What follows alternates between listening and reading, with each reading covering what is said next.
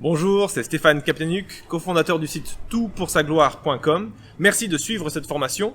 Il s'agit d'une rediffusion, donc certaines annonces ne sont pas d'actualité. Par contre, dans le descriptif, il y a un cadeau pour vous. Téléchargez-le sans attendre, il sera toujours à jour pour aller plus loin avec les notes de l'orateur ou d'autres documents pour mieux suivre la formation. Je vous laisse sans plus attendre suivre la formation. Bonne découverte et à très bientôt. Donc ce soir, on aura avec nous Karim Arizki, qui est pasteur et qui est également islamologue. Il est actuellement en train de compléter son doctorat à l'école pratique des hautes études, spécialisée sur toutes les problématiques de l'islam. Il intervient également beaucoup avec des musulmans, très respectés parmi les musulmans. J'ai eu l'occasion il y a quelque temps de modérer un débat entre lui et un imam de Lyon, et c'était encourageant de voir que les musulmans reconnaissaient son expertise et pouvaient avoir un langage respectueux avec lui. Donc ce soir, on se réjouit de l'avoir pour nous présenter justement une vision équilibrée de l'islam qui nous permet de mieux comprendre aussi cette religion et aussi bien les amis musulmans que nous pouvons côtoyer, nous, en tant que chrétiens. Voilà, on va l'accueillir dans quelques instants et on se réjouit de l'avoir avec nous ce soir. Juste avant, Philippe, j'aimerais prier sur cette soirée. Seigneur, tu es le Dieu vivant et vrai, et on te remercie de tout ce que tu permets, de la technologie que tu nous donnes aussi, pour nous permettre d'écouter Karim. Et Seigneur, je te prie de bénir tous ceux qui vont écouter ce webinaire, et que tu nous ouvres notre intelligence et aussi notre cœur pour recevoir tout ce que Karim va nous apporter. Que ce soit l'occasion de te découvrir et aussi d'apprendre mieux à parler à nos voisins, à nos collègues, à nos amis musulmans. Et Seigneur, on te prie que cette soirée soit à ta gloire. Amen. Amen. Karim?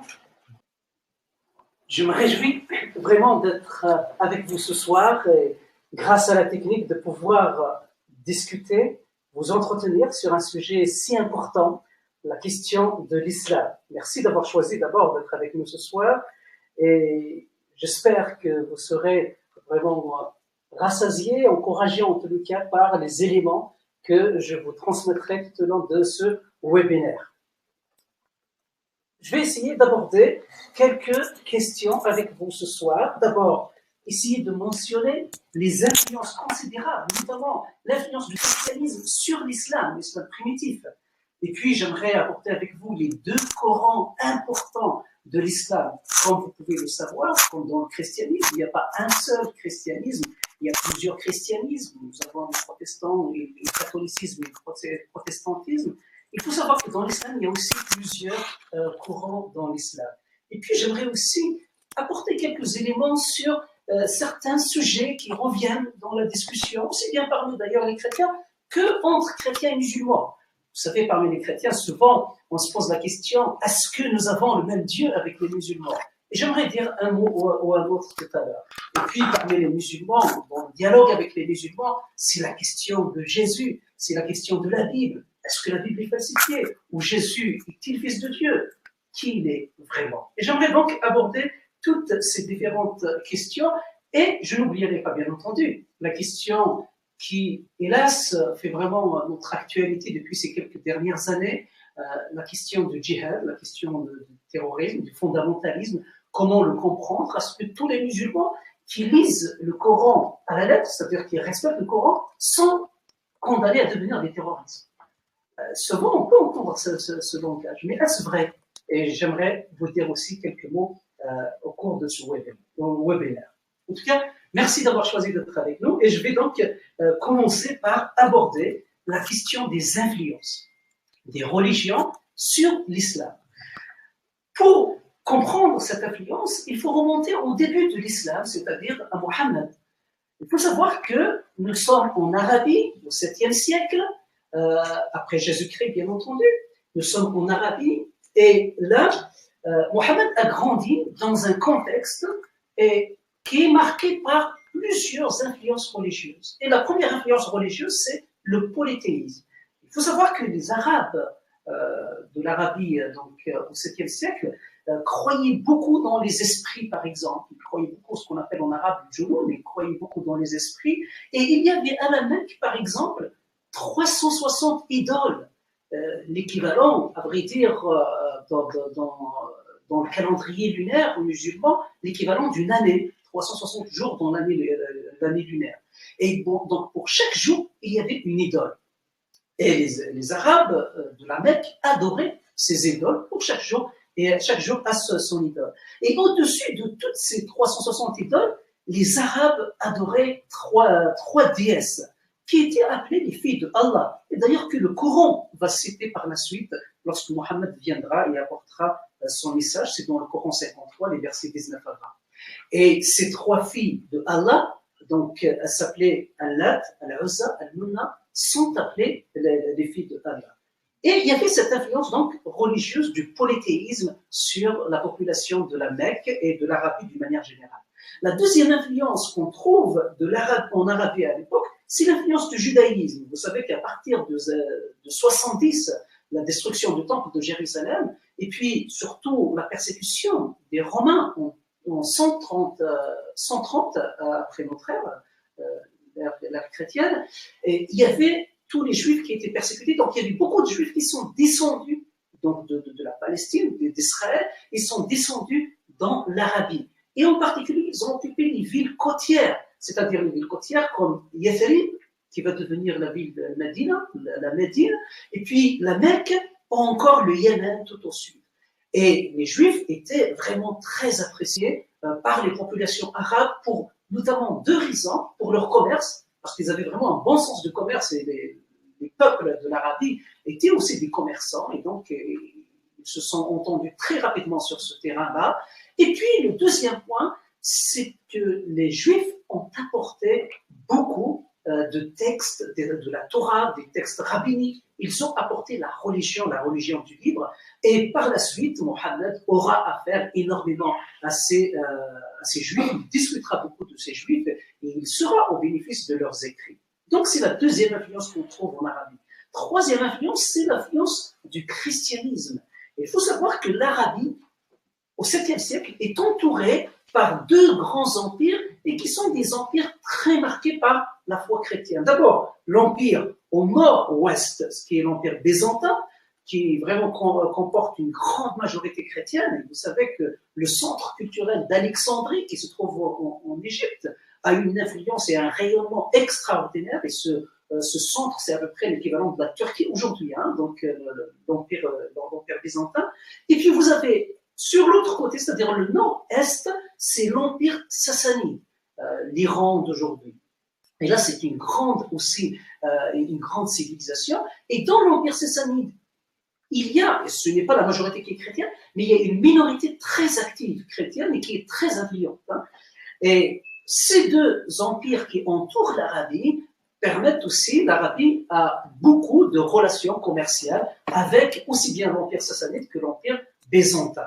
Et dans ces échanges, bien entendu, le christianisme a pénétré l'Arabie, et ce, très tôt, dès le 4e, 3e, 4e siècle, ou bien entendu, 6e siècle, 7e siècle. Et d'ailleurs, la ville de Hira, là où Mohammed va recevoir la première révélation en 610, cette ville de Hira, il y a un grand centre, aussi un centre chrétien. Et en plus des chrétiens qu'on trouve un peu partout en Arabie, et il y a certains centres qui sont vraiment très importants dans le nord-ouest, nord-est, et dans le sud, le Yémen. Et le centre chrétien au sud du Yémen est issu d'un travail missionnaire qui partait de l'Éthiopie, donc du royaume de Aksum de l'époque. Et il y a tout un centre missionnaire qui a fait un très bon travail de la mission. Et au Yémen, il y a aussi une grande communauté chrétienne. Il faut mentionner peut-être deux choses sur le christianisme de l'Arabie de l'époque. Ce sont deux influences de deux enseignements qui ont été condamnés tous les deux. Donc ce sont des hérésies, ce qu'on appelle des hérésies. Et ces hérésies, la première, c'est ce qu'on appelle le nestorianisme. C'est pas grave si vous retenez pas le nom. Le plus important, c'est que le nestorianisme, il décrit Jésus de la manière suivante. Il dit que Jésus, il y a deux personnes et deux natures. Une personne humaine et une personne divine, et une nature humaine, une nature divine. Ce n'est pas tout à fait ça ce que dit le Nouveau Testament. Le Nouveau Testament dit que Jésus est une seule personne, mais c'est vrai qu'il a la nature humaine et la nature divine. cet enseignement a été condamné, inutile de rentrer dans des considérations historiques. Il y a un deuxième enseignement aussi qui est venu pour contrer ce nestorianisme, c'est ce qu'on appelle le monophysisme. Là aussi, c'est pas grave si vous retenez pas le nom, mais ce qu'il faut retenir, c'est le renseignement. Il dit que Jésus a une personne, une nature. Or, là encore, ce n'est pas tout à fait juste avec ce que le Nouveau Testament enseigne. Le Nouveau Testament dit, en effet, Jésus est une personne, par contre, il a deux natures, la nature humaine et la nature divine. Si vous restez jusqu'au bout, j'essaierai d'expliquer comment tout cela s'articule. Une dernière influence maintenant religieuse en Arabie de l'époque, c'est une secte de Hanifa. Cette secte de Hanifa est très influente. Elle se réunit à Hira, à quelques kilomètres de la Mecque, et Mohammed a fréquenté cette secte de Hira. Il a été d'ailleurs introduit dans cette secte par son oncle, qui s'appelle Waraqa ibn Nawfal, qui est un chrétien nestorien. Donc, et Mohammed a fréquenté cette secte. Il reprend de cette secte deux enseignements qui vont se retrouver dans le Coran. Le premier enseignement, c'est le fait que les Arabes sont descendants d'Abraham par Ismaël. Et le deuxième enseignement, c'est le fait que Dieu est un Dieu un, mais c'est une unicité unitaire. Et je reviendrai tout à l'heure aussi. Pour le moment, il faut juste enregistrer toutes ces différentes influences en Arabie, religieuses qui s'exerçaient en Arabie, et Mohammed a été au bénéfice de tous ces différents enseignements. L'islam est fondé sur deux sources scripturaires, c'est-à-dire deux textes qui font autorité dans l'islam. Bien sûr, il y a le Coran, et le Coran, ce sont les révélations que Mohammed a reçues de 610, le début de sa révélation, le jour, enfin la première révélation qu'il a reçue, jusqu'à 632, l'année de sa mort. Et pendant tout ce temps-là, il a reçu 114 sourates, en tout cas dans le Coran que nous avons et qu'on retrouve. Qu'on retrouve un peu partout maintenant. Et puis, il y a la deuxième source, c'est les hadiths, ou ce qu'on appelle la tradition. Quand je vous dis la hadith ou la tradition, donc je fais allusion à ces textes-là. Par contre, cela est su, je pense, on le sait, la plupart le savent, mais ce qu'on sait un peu moins, c'est que le Coran et les hadiths dans le sunnisme et le chiisme ne sont pas tout à fait la même chose. Vous savez que l'islam, au lendemain de la mort de Mohammed, il y a eu un schisme, il y a eu donc une division, il y a un grand courant majoritaire qui est le sunnisme et un autre courant minoritaire qui est le chiisme. Aujourd'hui, ça a toujours été le cas, mais aujourd'hui, on estime qu'il y a entre 75% et 80% de sunnites dans le monde et 15 à 20% de chiites dans le monde. Que pensent maintenant les chiites par rapport au Coran? Pour les chiites, le Coran officiel, la version officielle, c'est ce qu'on appelle le Coran, la version othmanienne, c'est la Vulgate, la version officielle. Pour eux, c'est ce corpus-là qui a été laissé par Mohammed. Il faut savoir que Mohammed, au temps de Mohammed, le Coran n'était pas écrit. Les gens l'ont appris par cœur. Et c'est lors de la première guerre, juste après la mort de Mohammed, c'est la guerre de Rida, donc contre les apostats, après la mort de Mohammed, il y a au Yémen beaucoup de ceux qui voulaient revenir à leur religion ancienne, en l'occurrence le christianisme. Et Abu Bakr al-Siddiq, pour des raisons aussi, le premier calife, pour des raisons aussi politiques, il voulait asseoir son pouvoir. Et à partir de ce moment-là, il a fait la guerre à ces gens en leur disant, c'est vrai que Mohammed est mort, mais Dieu est toujours vivant, donc vous devez rester musulmans. Et lors de cette guerre, il y avait beaucoup de ceux qui ont appris le Coran par cœur, qui le récitaient par cœur, qui ont trouvé la mort. À partir de ce moment-là, de l'entourage du premier calife, on commence à lui dire il faut absolument mettre le Coran par écrit, sinon on risque de le perdre définitivement. Il y avait la pression qui a été exercée sur le premier calife, et grâce à un certain scribe, Zayd, qui a déjà gardé quelques copies du vivant de Mohammed, on a réussi en tout cas à faire, lors du troisième calife, donc pas Abu Bakr, Abu Bakr, Omar, c'est Othman, le troisième calife. C'est lui qui a rassemblé cette version, tous les textes, pour former une seule version. Donc, ce qu'on appelle la version othmanienne de la Vulgate. Et à partir de là, on a décidé, lui-même, le troisième calife, a décidé de demander pour toutes les autorités musulmanes de brûler les autres versions. Lui-même a brûlé un certain nombre et de garder cette version officielle. Donc, cette version comporte les 114 sourates que j'avais évoquées tout à l'heure. À côté du Coran, donc toujours pour les sunnites, il y a les hadiths.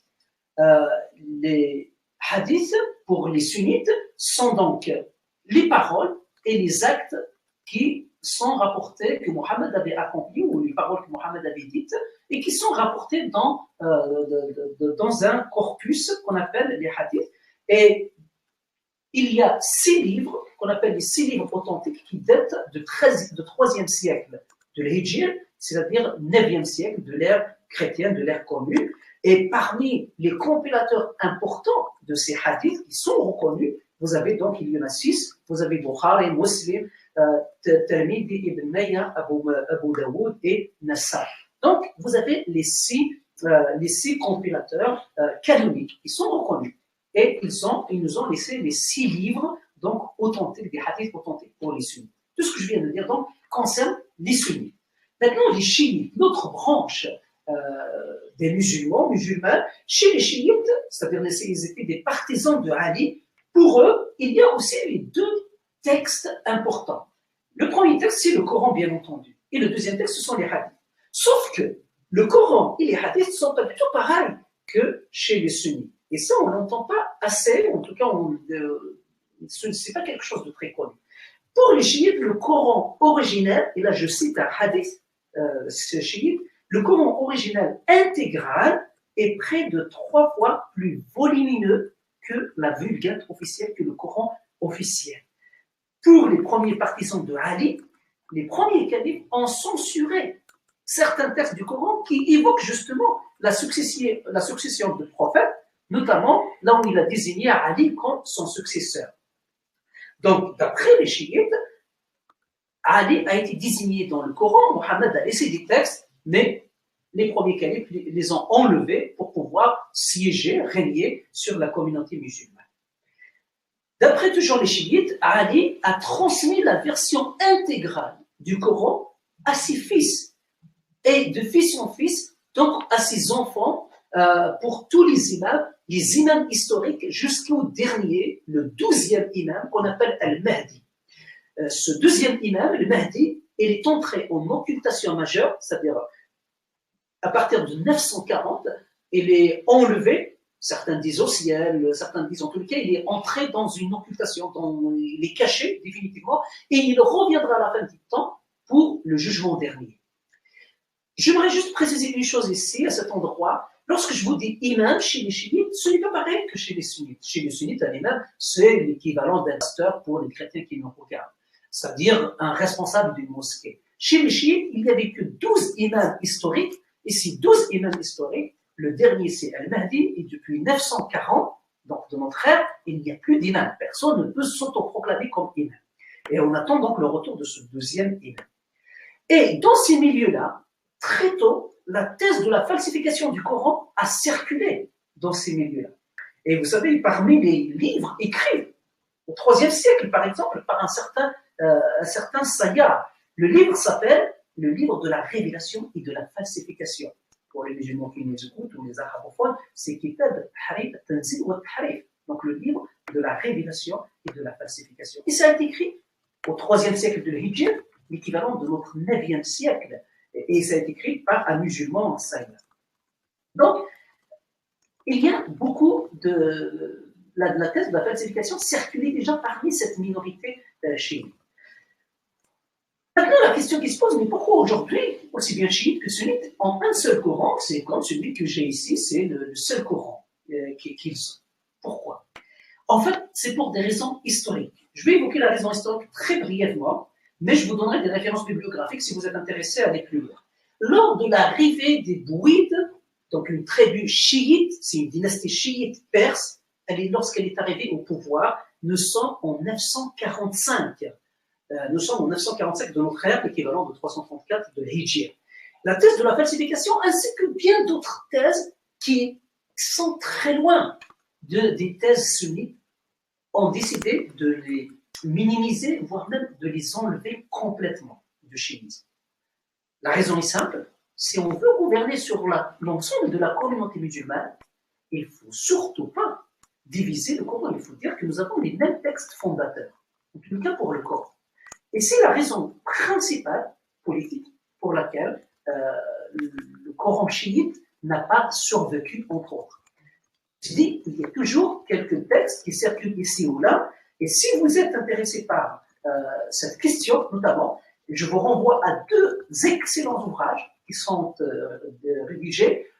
Ils sont un peu des ouvrages académiques, mais on peut les lire très, très facilement. Il y a le premier ouvrage d'un certain Mohammed Ali Amir Moazzi. Si vous tapez sur Google, vous trouverez le titre, c'est Le Coran silencieux et le Coran parlant. Il a été édité par le CNRS en 2011. Il aborde cette question d'une manière extraordinaire.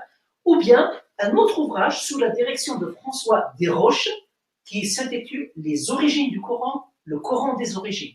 Il a été publié par les Belles Lettres à Paris, donc en 2015. Ces deux ouvrages, vous trouverez vraiment, ils abordent toutes ces questions. Je passe maintenant au hadith, toujours chiite. Pour les chiites, les hadiths en fait, ne se limitent pas simplement à Mohammed, à ce que Mohammed a dit ou à ce que Mohammed a fait. Les hadiths remontent à tout ce que les imams, bien sûr Mohammed, mais aussi les imams historiques jusqu'au dernier imam. Et vous savez, lorsqu'on renvoie aux 12 imams, ils ont laissé une littérature très féconde, ils ont laissé des textes immenses. Et on les a retrouvés, on les a rassemblés dans ce que les chiites appellent les 400 écrits originaux. Vous savez, à cause des guerres, etc., on a beaucoup perdu de ces textes, mais quand même, il reste quelques livres qu'on appelle les livres authentiques qui sont rassemblés depuis le 7e siècle de Hijra, l'équivalent de notre 13e siècle de l'ère commune. Et ce sont sur ces hadiths-là que se basent les chiites. Pour un chiite, par exemple, pour comprendre ce que dit le Coran sur un verset ou l'autre, il ne va pas essayer de le commenter, mais il va regarder ce qu'a dit un tel imam, les imams historiques, c'est le commentaire des imams historiques sur le texte coranique. Et de cette manière, donc ils disent, certes, nous n'avons pas le Coran intégral, mais nous savons que le Coran que nous avons ici est commenté par les imams à la lumière du Coran original, donc intégral au premier Coran. Et de ce fait, leur commentaire donc permettra d'avoir certaines lumières qu'on ne pourrait pas avoir en lisant simplement le texte coranique.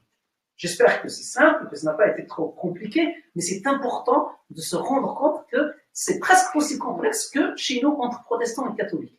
Donc, juste pour nous rendre compte, et c'est ça qui permettra aussi notamment de comprendre la complexité de la situation des musulmans au Moyen-Orient, entre chiites et sunnites. Hein.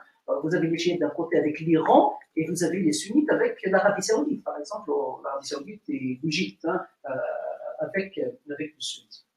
Maintenant, parmi les chrétiens, on se pose toujours la question, est-ce que nous avons le même Dieu entre les musulmans, le Dieu révélé dans le Coran, et le chrétien, en tant que chrétien, est-ce que nous avons le même Dieu?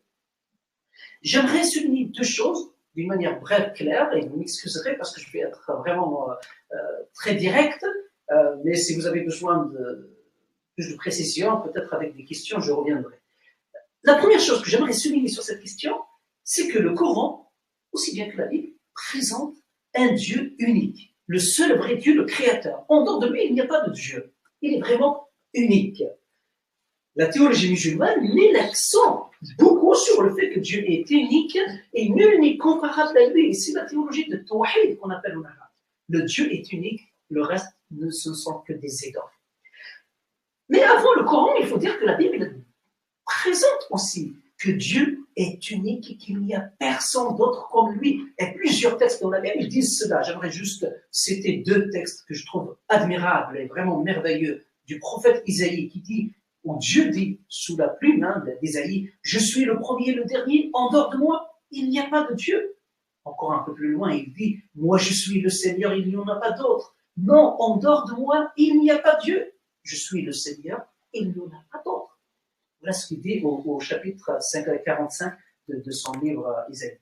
Vous voyez, donc, là, sur ce point précis, que Dieu soit unique, créateur de l'univers, il il y a divergence, il y a, pardon, convergence entre la théologie chrétienne et la théologie musulmane. Par contre, il y a une différence fondamentale quant au contenu, quant à l'être de Dieu lui-même. Là, il y a une différence. Le Dieu révélé dans la Bible est le Père de notre Seigneur Jésus-Christ. Et le Père du Seigneur Jésus-Christ, c'est ainsi que Dieu de l'Évangile, c'est ainsi que Jésus révèle Dieu.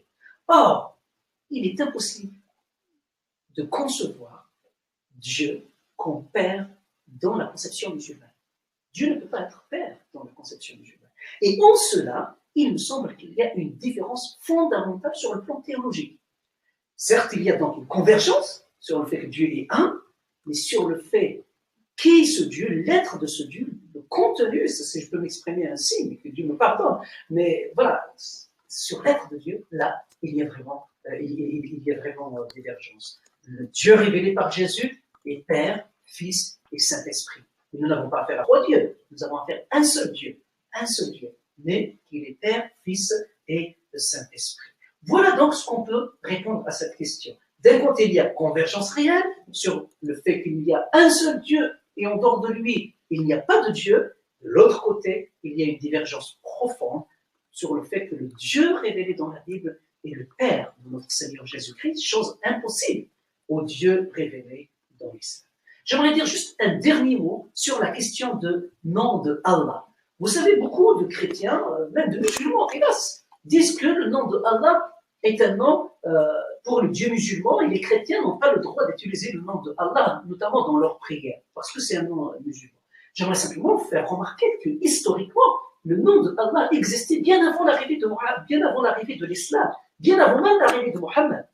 Le père de Mohammed s'appelle Abd Allah, le serviteur de Allah. Donc c'est pas Mohammed qui a ramené le nom de Allah.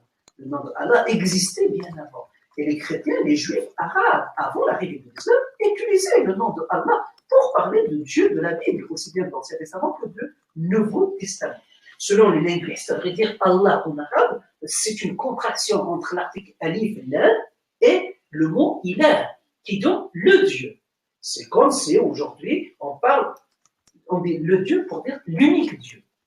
Et c'est comme aujourd'hui, c'est l'équivalent en hébreu de Elohim, par exemple. C'est l'équivalent de Dieu en français. Donc, il me semble que il ne faut pas s'attarder trop sur le nom de Allah, mais sur le nom de Allah, parce que en arabe, un chrétien arabe, sa langue maternelle, c'est l'arabe. Le nom qu'il a de Dieu, lorsqu'on veut parler de Dieu, c'est Allah. Comme en français, on peut dire Dieu, c'est Dieu. Si on dit que les chrétiens n'ont pas le droit de parler, d'utiliser le nom de Allah dans leurs prières, et bien nous, en tant que Français, on n'a pas le droit d'utiliser le nom de Dieu dans nos prières. C'est ça la logique des choses. Donc, il me semble, au-delà de ces considérations un peu linguistiques, il me semble quand même qu'il ne faut pas se perdre dans ces considérations, il ne faut pas se perdre, il faut pas se perdre au niveau de l'essentiel. L'essentiel, ce sont vraiment la convergence que j'ai mentionnée et la divergence que j'ai soulignée. Dans l'islam, il faut savoir qu'il y a plusieurs écoles et plusieurs Corans, et c'est important de le savoir pour pouvoir bien comprendre, les musulmans qui nous entourent. À vrai dire, comme il y a beaucoup de sunnites, tout ce que je vais dire maintenant, je me baserai uniquement sur l'islam sunnite. Pour la simple raison, c'est qu'en France, en Europe, même en Afrique du Nord, la plupart des musulmans sont des musulmans sunnites. Donc, je me baserai simplement sur le Coran et les hadiths selon la version sunnite. Dans la version sunnite, il y a des écoles d'abord sunnites. Et après, je dirai un mot sur les mouvements sunnites. Il y a 4 écoles sunnites. La première école, c'est une école hanifite. Et dans cette école hanifite, donc elle est fondée par Abu Hanifa, un Norman, c'était en l'an 150, enfin il a vécu de 80 à 150, l'équivalent de 699 à 767 en Irak. Donc il a vécu à Koufa, donc l'Irak d'aujourd'hui. Et ce grand théologien fait intervenir le jugement personnel dans le raisonnement ou dans la théologie. En gros, lorsqu'on veut aborder un sujet théologique, la personne est associée pour discuter sur des points importants. Donc Dieu dit une chose, considère ce que Dieu est dans le Coran et la tradition, Mais l'être humain aussi doit réfléchir. Et même il va jusqu'à considérer qu'au jugement dernier, par exemple, Dieu donne sa sentence et l'homme va dire son mot. Et c'est la discussion, la confrontation, mais la confrontation dans le bon sens, hein, donc on confronte les deux idées, c'est dans la confrontation des deux jugements que naîtra le jugement, la sentence pour le musulman, entre autres. Et cette école est très favorable, bien entendu, aux musulmans qui ne sont pas, qui sont pas des Arabes, et on les trouve un peu partout. Ils sont en Irak, ils sont en Syrie, par exemple, en Afghanistan, ils sont dans le sous-continent indien, en Turquie aussi, en Chine, etc. Deuxième école, c'est l'école malikite. L'école malikite qui a été fondée par le nom de son fondateur, donc Ibn Malik, toujours 712 et 796, c'est un docteur de la loi musulmane, et lui, il dit, et lui aussi il met l'accent, il dit il faut qu'on mette l'accent sur le Coran et la tradition. Il insiste donc sur le fait vraiment de mettre le Coran et la tradition au centre de la réflexion théologique, mais en même temps, il fait la place aussi, il laisse la place aussi aux traditions locales, pour qu'elles puissent apporter où l'islam, en quelque sorte, s'incarne dans les traditions locales. De nos jours, cette école, on la retrouve par exemple dans la Haute-Égypte, en Afrique du Nord par exemple, en Afrique occidentale, etc. La troisième école, c'est l'école Shafi'ite, qui est fondée aussi par le nom de son fondateur, donc Shafi'i, en 767 de notre ère. Et lui, il dit, il valorise vraiment, il dit, il faut revenir à la sunna comme source de droit.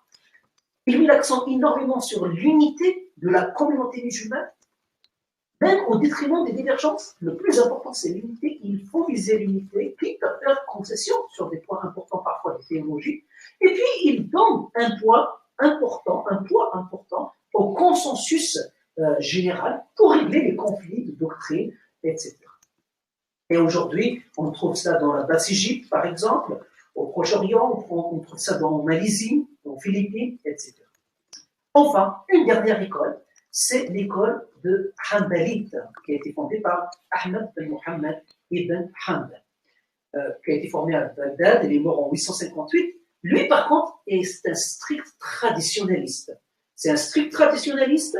Il dit le seul Coran que nous devons garder, le seul islam, que nous devons garder, est celui professé par Mohammed à Médine, c'est-à-dire de 622, après le Hijra, après l'Hijr, de 622 à 630, avant son retour à la Mecque.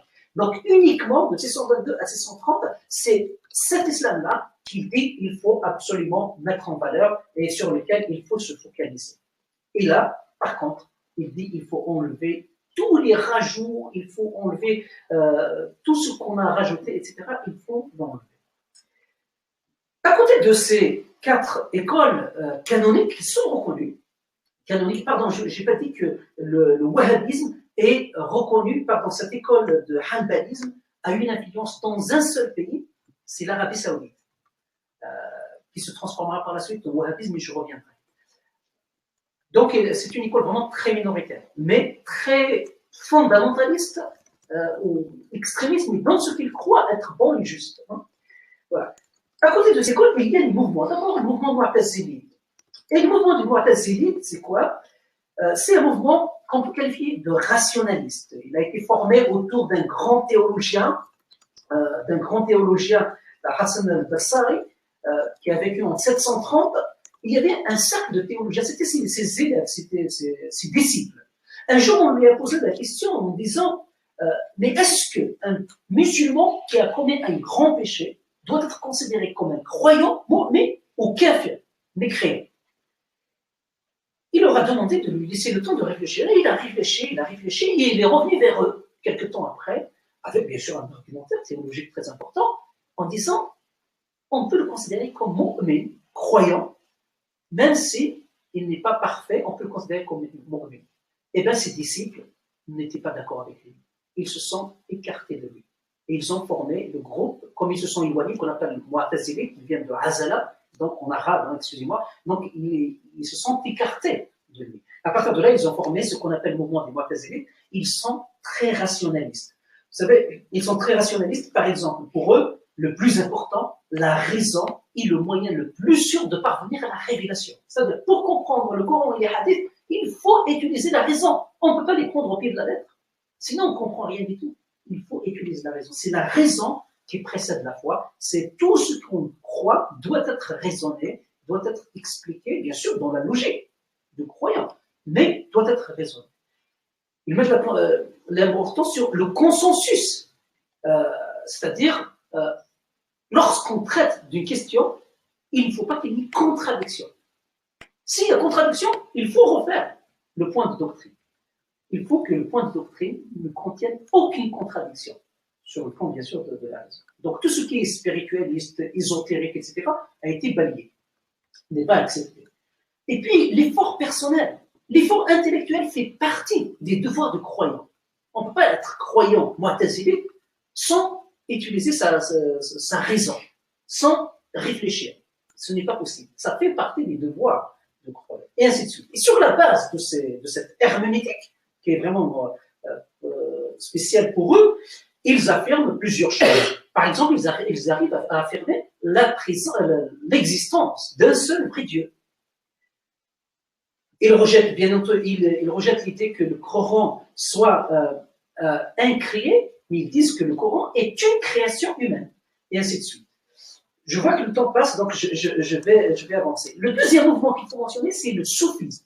Et pour le soufisme, c'est un peu le mouvement spiritualiste, si vous voulez. Et ils ont des expériences spirituelles. Tout est fondé sur l'expérience spirituelle. Pour les chrétiens qui nous écoutent, l'expérience que Jésus avait évoquée dans l'évangile de Jean, chapitre 3, la nouvelle naissance, dans son débat avec Nicodème, pour les soufis, cette expérience-là est capitale. Il faut naître de nouveau spirituellement. Bien sûr, ils se servent aussi de l'exemple de Mohammed, qui a fait ce voyage nocturne dont parle le Coran, si ma mémoire est bonne, c'est le Coran 94, mais il faudrait vérifier. Voilà, donc, et là, il parle aussi de cette expérience spirituelle que Mohammed avait faite comme son. Et sur la base de cette expérience, de ce poids donné à l'expérience spirituelle, il y a 3 choses qui dirigent toute leur doctrine.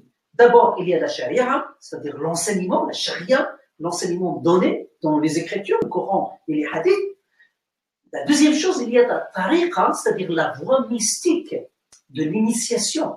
C'est vrai qu'on a des textes, ils disent qu'on a des textes, mais il faut avoir, il y a des textes, mais il faut avoir la voie mystique pour interpréter ces textes. Comment rejoindre ces textes?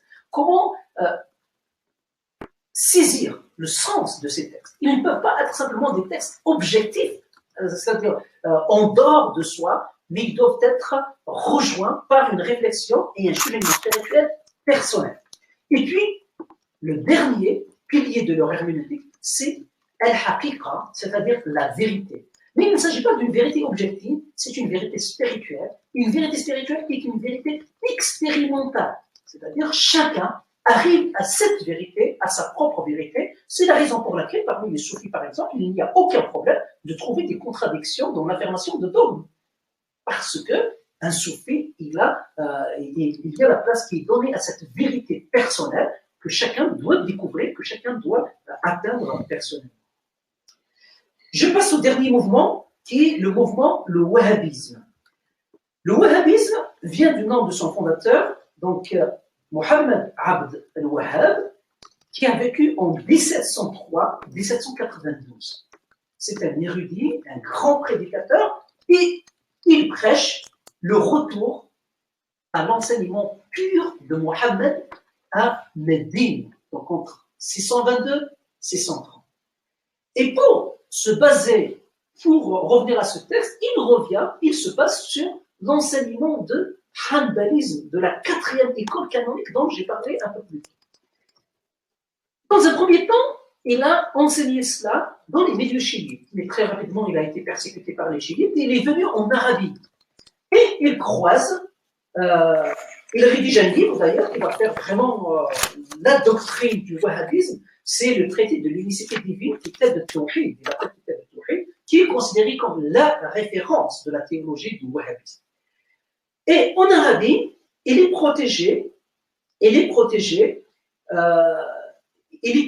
par un certain Mohammed al-Saoud. Mohammed al-Saoud, c'est lui qui va devenir, il fait partie de la famille royale et qui va fonder ce royaume de l'Arabie saoudite. À partir de ce moment-là, l'Arabie saoudite donc épouse le wahhabisme comme doctrine et le wahhabisme est en Arabie saoudite. Initialement, c'était simplement dans le royaume de l'Arabie saoudite que le wahhabisme est enseigné et s'est développé. Mais il n'a pas réussi vraiment à sortir et à conquérir d'autres régions du monde. Il représentait à peu près 2% de la communauté musulmane il y a quelques années encore, enfin il y a quelques décennies de cela. Mais ce wahhabisme va donner naissance à une autre tendance qui vient de lui, mais qui va encore plus loin que lui. C'est une tendance piétiste qui va chercher à régénérer l'islam, à réislamiser la société. Et cette tendance prendra le nom de salafisme. C'est ce quatrième mouvement que je veux mentionner, mais qui est issu vraiment de ce dernier, du troisième mouvement. Il y a deux notions dans le salafisme. D'abord, vous avez au XIXe siècle une notion réformiste, salafiste. Salafiste, donc il y a une vision donc, au XIXe siècle, une vision un peu réformiste qui se base sur les deux textes scripturaires, le Coran et les hadiths. Ensuite, il y a une notion de salafisme conservatrice et qui va conduire à une lecture légaliste et parfois même aveugle des textes fondateurs, aussi bien du Coran que de la tradition. Très rapidement, c'est sa deuxième tendance, c'est-à-dire légaliste, conservatrice, qui va prendre le dessus sur l'autre tendance réformatrice. À partir de là, il y aura trois mouvements salafistes qu'on connaît encore jusqu'à nos jours. Le premier, c'est un salafisme piétiste. Sa seule préoccupation, ou sa préoccupation principale, est de vivre selon le Coran et la tradition, tels qu'ils ont été enseignés par Mohammed à Médine, toujours à Médine, donc de 622 à 630, mais en rejetant tout engagement politique. C'est des gens qui vont partir, s'éloigner en montagne ou à la campagne, construire leur maison, faire leur propre potager, etc., sans aucun contact avec la société pour vivre leur piété personnelle. Ça peut rappeler certaines tendances du mouvement aussi évangélique pour les chrétiens qui nous écoutent. Vous avez une autre tendance salafiste, c'est le salafisme politique. Eux, par contre, ils disent non, il ne faut pas rester en dehors de la société, il faut venir et annoncer, parler de notre mouvement, de notre vision, et l'imposer sur le plan politique. Et c'est dans cette mouvance que s'inscrivent tous les mouvements djihadistes, par exemple, tous les mouvements salafistes, les mouvements, par exemple, comme les frères musulmans en Égypte, comme le Front islamique du salut, Nahda, etc., tous ces mouvements des années 20, à partir des années 20 jusqu'aux années 90, avec le Front islamique du salut, Nahda, en Algérie, par exemple. Mais pas seulement, même ici en France. Et puis, une dernière branche de ce salafisme, et c'est la branche, hélas, la plus radicale, c'est le salafisme djihadiste. Le salafisme djihadiste se base sur une ligne révolutionnaire et encourage simplement à passer à des actes de violence, des actes de terrorisme, etc. Et eux, souvent, ils n'ont aucun signe distinctif jusqu'au jour où ils passeront vraiment à l'action, où ils feront des attentats. Et c'est dans cette ligne-là que s'inscrit Al-Qaïda d'abord, par la suite, bien sûr, beaucoup arabes, et ensuite l'État islamique et de ce qu'on a entendu, de ce qu'on sait maintenant à cause des médias. En France, les salafistes se sont fait connaître lors des événements tragiques, terroristes des années 90 en Algérie, lors de ces années noires de l'Algérie, dans les banlieues françaises, les salafistes ont commencé à faire la prédication et malheureusement, ces dernières années, nous avons aussi récolté un peu de cela, y compris Paris a été frappé, mais pas seulement, Nice, et hélas, les villes commencent maintenant à devenir trop nombreuses pour être toutes citées. Donc, voilà, il y a une réelle diversité des musulmans. La plupart des musulmans que nous côtoyons, que nous voyons, sont loin de s'inscrire dans cette mouvance salafiste, qui est vraiment une minorité. Mais comme c'est une minorité qui frappe fort, malheureusement, on l'entend beaucoup plus que la majorité qui ne frappe pas fort. Un mot sur le djihad. Vous savez, il y a deux conceptions du djihad.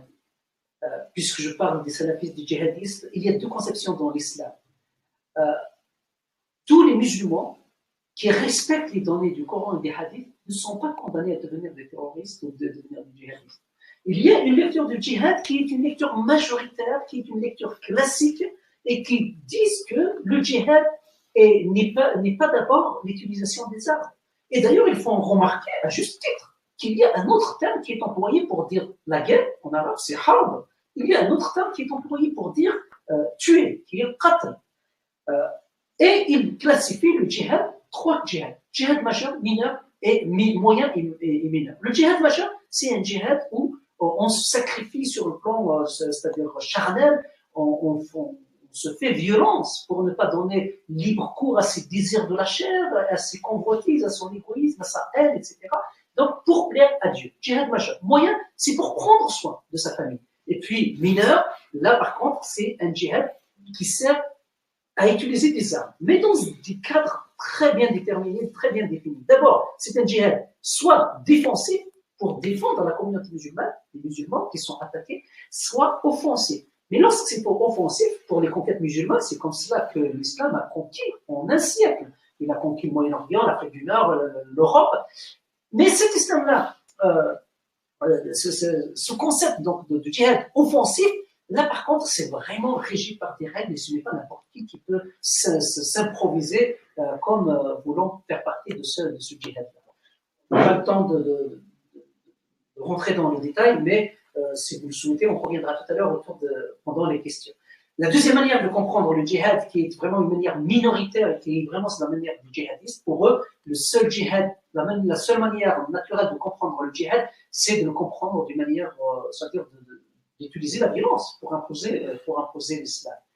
Ils ont des arguments. Là, si vous êtes intéressé, j'aimerais juste vous renvoyer à un ouvrage qui vient de sortir sous la direction de Michael Razzano, qui porte sur la violence, une fatalité dans les religions. Il y a plusieurs contributions, et j'ai contribué aussi avec un article sur Face à l'islam radical, où j'apporte vraiment des arguments, des réponses, et j'espère qu'en lisant cet article, vous aurez les éléments nécessaires où je réponds très franchement à cette question de l'islam.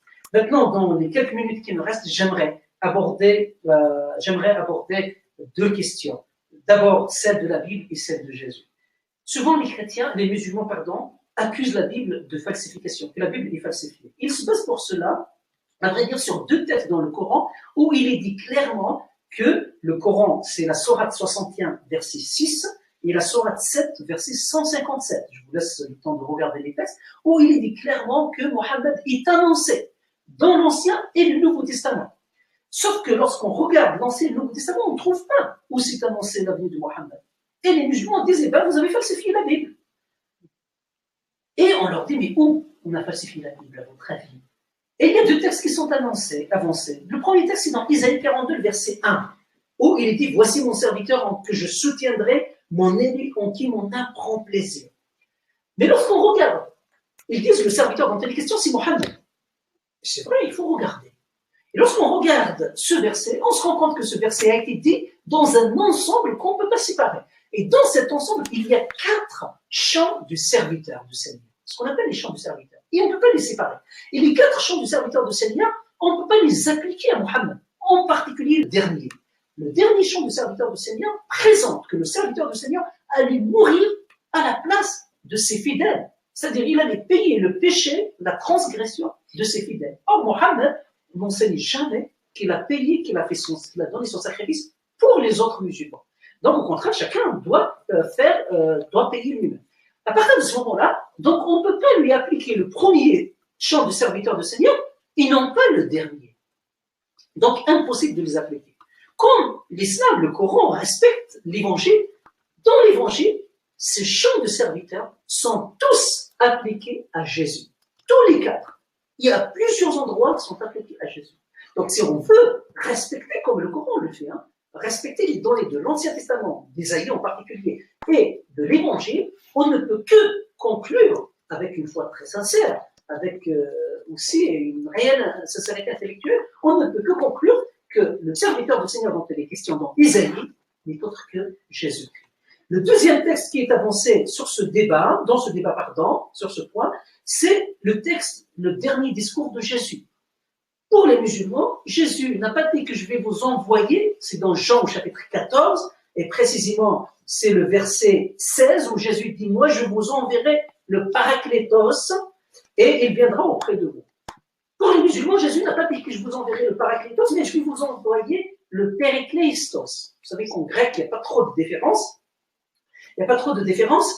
Mais donc pour les musulmans, Jésus a parlé de Parakleistos et non pas de Paraklétos. Et Parakleistos, que veut dire Parakleistos? C'est le célébrer, le louer, qu'on traduit en arabe, c'est la même racine Ahmada, qui est la même racine que Mohammed, MHD. Voilà. Et donc ils disent, là Jésus a annoncé Mohammed. Mais les chrétiens ont falsifié ce texte. Il faut regarder d'abord, que répondre à cela? Il faut regarder d'abord le texte de Jean. Qu'est-ce que Jésus dit?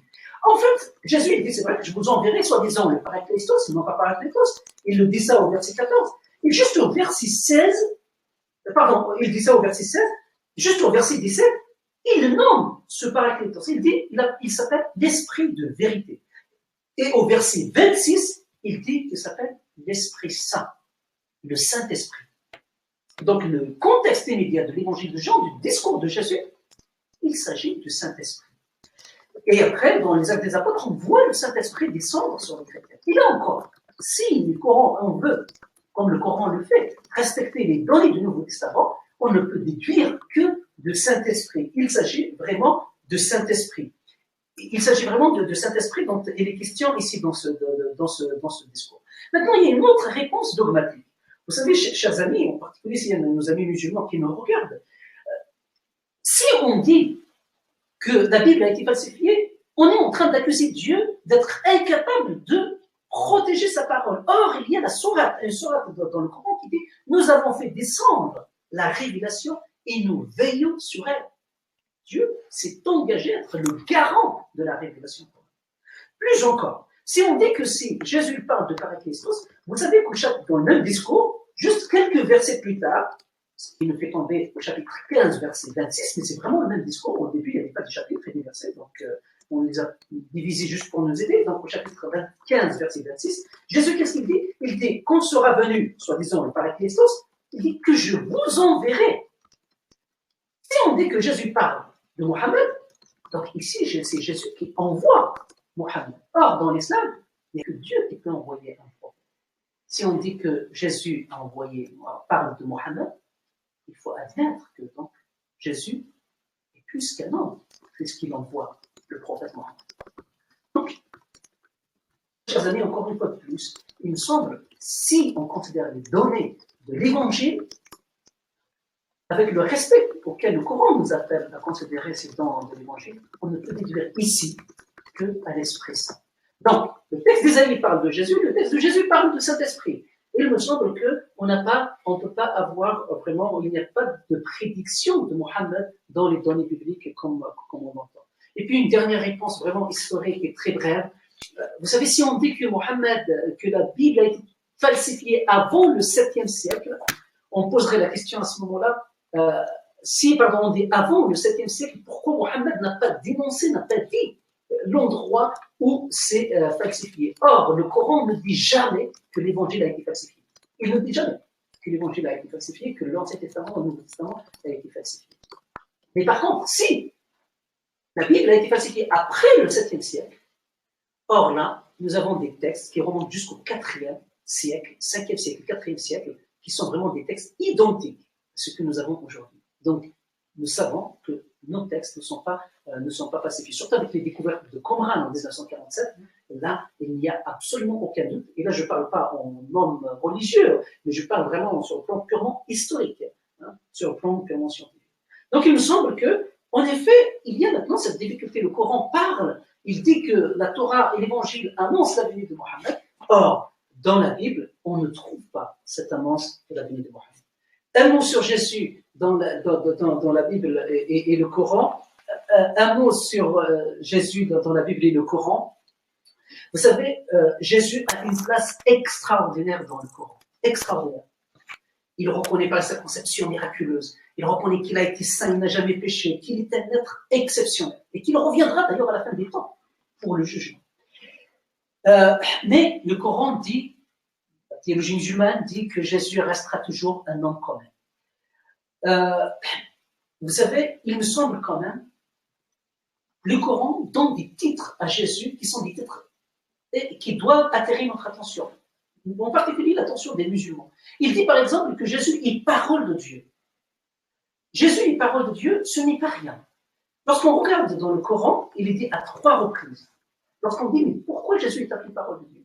Certains théologiens musulmans disent, parce que Jésus a été conçu par la parole. Il lui a dit, kun fayakun. Donc il lui a dit, sois, et il fut, lorsqu'il était pour la conception dans le ventre de Marie. C'est vrai. Mais Adam aussi a été conçu par la parole. Il lui a dit exactement le même verbe qu'on retrouve. Kun fayakun. Il lui a dit, kun.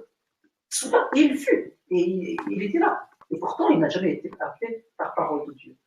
Certains théologiens disent non, c'est pas à cause de ça, mais c'est à cause de la sainteté de Jésus. Ils disent à cause de... Mais Jean-Baptiste aussi a été saint. Dans le Coran, Jean-Baptiste et Marie sont saints et sont nés sans péché, sans être touchés par le toucher de Satan qui rend les êtres humains pécheurs. Or, Jean-Baptiste, et pourtant il est prophète, il n'a jamais été appelé parole de Dieu. Les théologiens musulmans disent, en fait, Jean-Baptiste par la suite il a péché, mais c'est à cause de la justice, enfin de la sainteté acquise. Or, le titre de parole de Dieu a été donné à Jésus lorsque l'ange Gabriel annonce à Marie qu'elle allait avoir un enfant. Donc ce n'est pas à la fin de sa vie pour lui dire, écoute, tu as acquis la sainteté. Mais non, c'est avant même la conception de Jésus. Donc on ne parle pas de la sainteté acquise, mais on parle de la sainteté aînée. Or, celle-ci, elle a été accordée aussi par Jean-Baptiste. Donc ce n'est pas une réponse satisfaisante. Et il me semble que le seul texte qui peut permettre de comprendre pourquoi Jésus est parole de Dieu, c'est l'évangile de Jean. Et je vous invite vraiment à le lire. S'il y a des amis musulmans qui regardent cette vidéo, je vous invite à lire ce texte de l'évangile de Jean. Vous pouvez le trouver aussi sur Internet.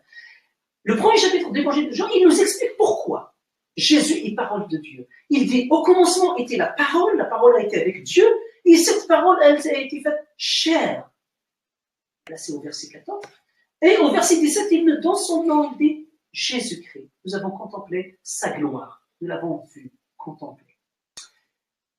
L'évangile de Jean, chapitre 1, nous explique très bien pourquoi cette parole est appelée, Jésus est appelé parole de Dieu. Et dans la conception, je précise juste une chose, dans la conception musulmane, la parole de Dieu, c'est quoi? C'est cette parole, la mère du livre, au Kitab, donc, qui est auprès de Dieu depuis toute l'éternité, et qui a annoncé que Dieu a révélé à Moïse, la Torah à Moïse, Zabor à David, les psaumes à David, l'évangile à Jésus et le Coran à Mohammed. Donc c'est cette conception de parole de Dieu. Et le Jean le dit, et lorsque le Coran dit Jésus est parole de Dieu, il parle de cette parole de Dieu.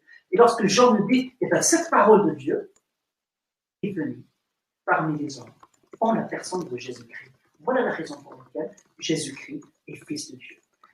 Encore Jésus-Christ est fils de Dieu, comme autant fils dans le cadre de la Trinité, mais il est aussi, comme je vous disais tout à l'heure, pleinement Dieu, pleinement homme. Pourquoi Jésus est pleinement Dieu? Parce que pour payer le salaire de pécheur, parce que l'être humain pour Dieu ne peut pas se sauver, même on a beau prier, pas simplement 5 fois, franchement, 10 fois par jour. On a beau prier non seulement 3 fois pour faire une fois allusion quand même à nos amis juifs, même on peut prier 6 fois par jour, mais ça ne réglera pas le problème du mal qui est en nous. On peut jeûner des mois et des mois dans l'année, ça ne réglera pas le problème. Nous sommes marqués profondément par le péché. Et c'est ça ce que la Bible nous dit. Et la seule manière de payer cette dette immense que tout être humain a à l'égard de Dieu, c'est que Dieu lui-même paye la facture. Elle est immense. Et c'est comme cela que Jésus est venu. Il est pleinement Dieu, parce que pleinement Dieu, il peut payer la facture. En même temps, il doit être pleinement homme pour prendre notre place d'être humain. Il ne peut pas payer s'il ne s'identifie pas à nous. Et c'est la raison pour laquelle il a été aussi pleinement, c'est la raison pour laquelle il est pleinement aussi homme, pour pouvoir payer pour pouvoir payer pour notre péché, pour pouvoir prendre notre place. Et c'est la raison pour laquelle dans l'évangile, nous avons Jésus pleinement homme, pleinement Dieu, pour pouvoir nous sauver, être le sauveur. C'est la raison pour laquelle le Jésus de l'évangile est le seul à pouvoir sauver l'être humain de la condamnation de son péché, de son drame de péché, parce qu'il est pleinement Dieu et pleinement homme. Pleinement Dieu pour payer la facture, pleinement homme pour prendre notre place. Et tous ceux qui croient, tous ceux qui acceptent ce don de Dieu en Jésus-Christ, qui s'approche de Dieu très librement, Jésus est prêt à lui accorder son pardon définitivement. Voilà, merci beaucoup d'avoir été avec nous pour ce webinaire. J'espère que je vous ai donné quelques éléments qui pourront être utiles pour vous, et je serai très heureux tout à l'heure de répondre à vos questions après cette pause. Bonsoir. Merci beaucoup d'avoir regardé cette vidéo. Abonne-toi à notre chaîne YouTube pour ne manquer aucune des prochaines vidéos. Et like et partage cette vidéo pour nous aider à remplir notre mission. Notre mission, c'est d'équiper les chrétiens à voir comme Dieu voit pour vivre comme Dieu veut. Merci et à très bientôt sur toutpoursagloire.com.